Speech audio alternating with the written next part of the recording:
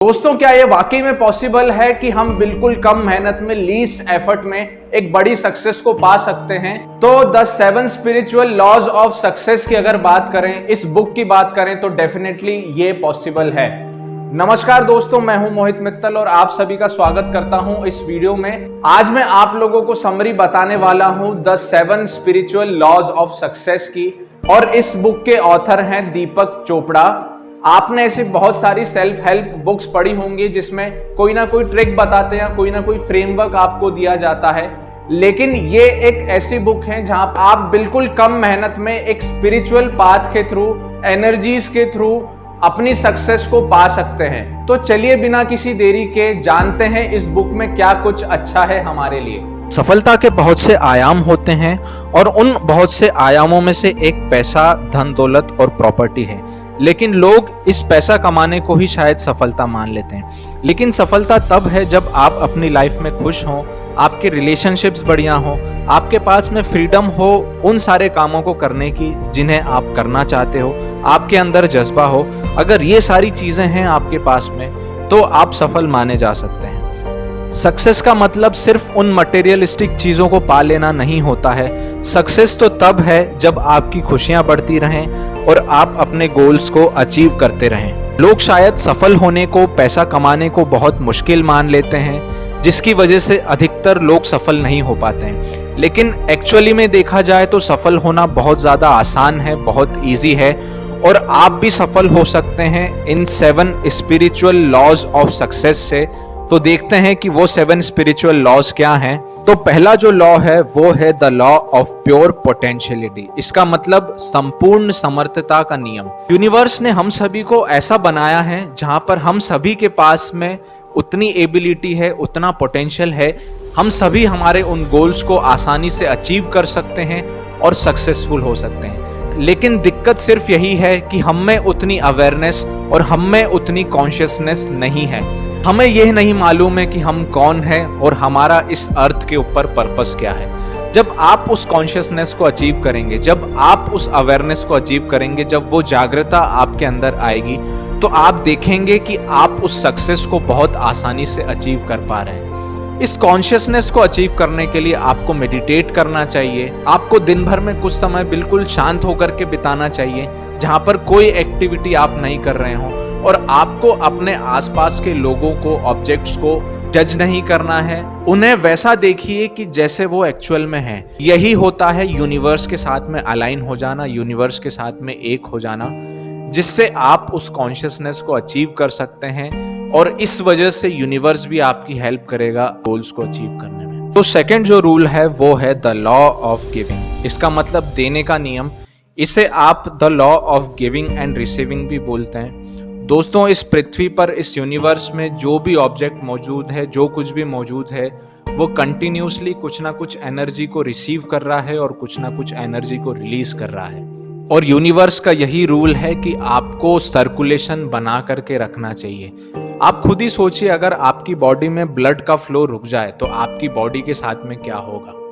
तो अगर आप चाहते हैं कि आपकी लाइफ में वेल्थ का सर्कुलेशन बना रहे, तो आपको भी वैसा करना पड़ेगा।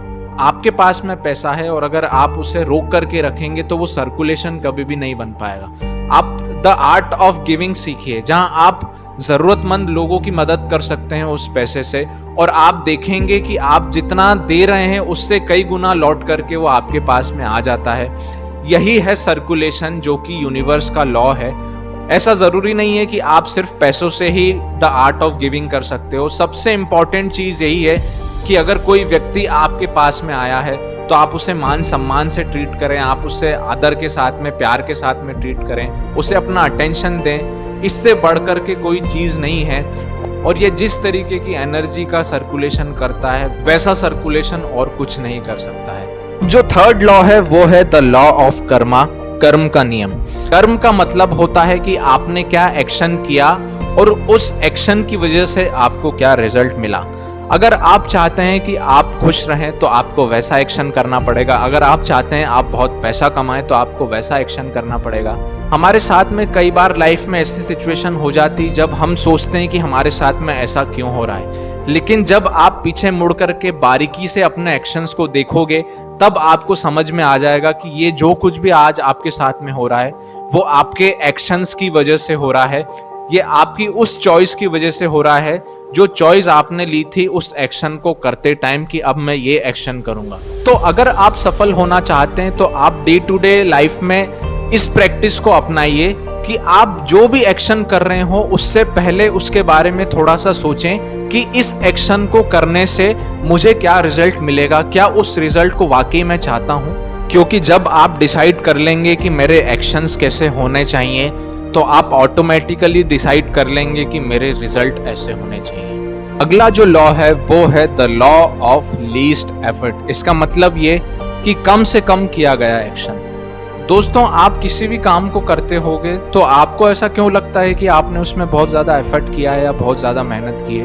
वो सिर्फ और सिर्फ इसीलिए फील होता है क्योंकि उस काम को करने में आप उसमें एक रेजिस्टेंस फील करते हैं। और ये लॉ बोलता है कि जब कभी भी आपके एक्शंस या जब कभी भी आपके एफर्ट्स मोटिवेटेड बाय लव होंगे, ऐसे होंगे जहां पर उसका मकसद सिर्फ और सिर्फ लोगों का अच्छा है, किसी का कोई बुरा नहीं हो रहा है, तो उसमें यूनिवर्स भी आपकी हेल्प करता है। क्योंकि ये पूरा यूनिवर्स या जो कुछ भी इस यूनिवर्स में एग्जिस्ट करता है वो सिर्फ एनर्जी ऑफ लव की वजह से है, तो जिसकी वजह से आपको एफर्ट या रेजिस्टेंस बिल्कुल भी फील नहीं होता है और आप ये देखते हैं कि बिल्कुल कम से कम मेहनत में, कम से कम एफर्ट में वो सक्सेस आपको मिल गई। इसके 3 कंपोनेंट्स हैं। सबसे पहला एक्सेप्टेंस। इसका मतलब कि आप एक्सेप्ट कीजिए आपके साथ में जो कुछ भी हो रहा है वो सब बहुत अच्छा है क्योंकि ये यूनिवर्स बहुत अच्छा है।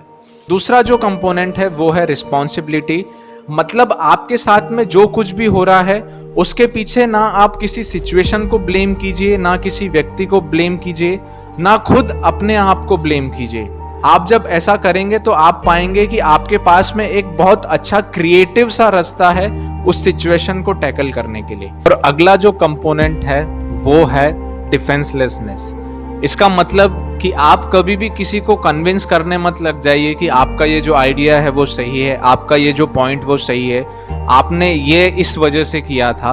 और जब आप इन तीनों कंपोनेंट्स को फॉलो करेंगे तो आप देखेंगे कि पहले जब आपकी सारी एनर्जी वेस्ट हो जाती थी लेकिन अब ऐसा कुछ भी नहीं हो रहा। अब 5th जो लॉ है वो है the law of intention and desire.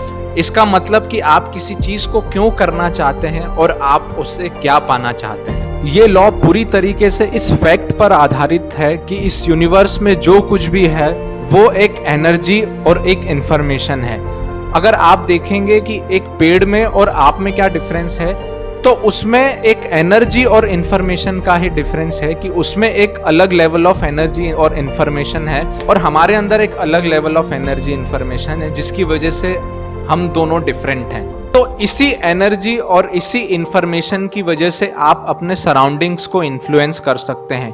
तो अगर आप कुछ सोचते हैं और आप कुछ चाहते हैं तो वो एक एनर्जी के फॉर्म में, एक इंफॉर्मेशन के फॉर्म में बाहर रिलीज होता है। यूनिवर्स अलग अलग इंसिडेंट्स के थ्रू उस एनर्जी और इंफॉर्मेशन को रियलिटी बनाता है, जिसकी वजह से आप देखेंगे कि आपका जो भी गोल है जो आप अचीव करना चाहते हैं वो बहुत ही एफर्टलेसली आप अचीव कर सकते हैं। इस लॉ में सिर्फ एक ही कॉशन दिया गया है कि वो इंटेंशन ऐसा हो कि उससे किसी का भी कोई नुकसान ना हो और किसी को भी उसकी वजह से कोई हार्म ना हो। 6th जो लॉ है वो है द लॉ ऑफ डिटैचमेंट। इसका मतलब ये कि आप चीजों से बहुत ज्यादा अटैच्ड ना हो जाएं। इसका मतलब ये बिल्कुल भी नहीं है कि आप किसी भी चीज को पाने की इच्छा ना करें, बस आप उसके रिजल्ट से अटैच ना हो जाएं। क्योंकि अगर आप ऐसा करेंगे तो आप किसी एक्शन को करेंगे और आप ये एक्सपेक्ट करेंगे कि ऐसा ही रिजल्ट उसका होना चाहिए। तो ऐसा बिल्कुल भी मत कीजिए। रिजल्ट चाहे जो कुछ भी हो, आप उन रिजल्ट से डिटैच्ड रहिए, क्योंकि जब आप उन रिजल्ट से अटैच नहीं होंगे तो एक अलग ही लेवल का बिलीफ आपके अंदर आएगा कि डेफिनेटली ये काम तो आपसे होगा ही, चाहे रिजल्ट जो कुछ भी हो। और इस बिलीफ से एक अलग लेवल ऑफ फ्रीडम आपके अंदर आती है कि आप जो चाहते हैं उसे आप क्रिएट कर सकते हैं और इसी तरीके से बिल्कुल कम एफर्ट के साथ में आप उस सक्सेस को अचीव कर पाएंगे। इस बुक का 7th और आखिरी लॉ जो कि है द लॉ ऑफ धर्मा। इसका मतलब है कि हमारा पर्पस क्या है इस लाइफ का, हमें ये लाइफ क्यों दी गई है। इस लॉ के 3 कंपोनेंट्स बताए गए हैं।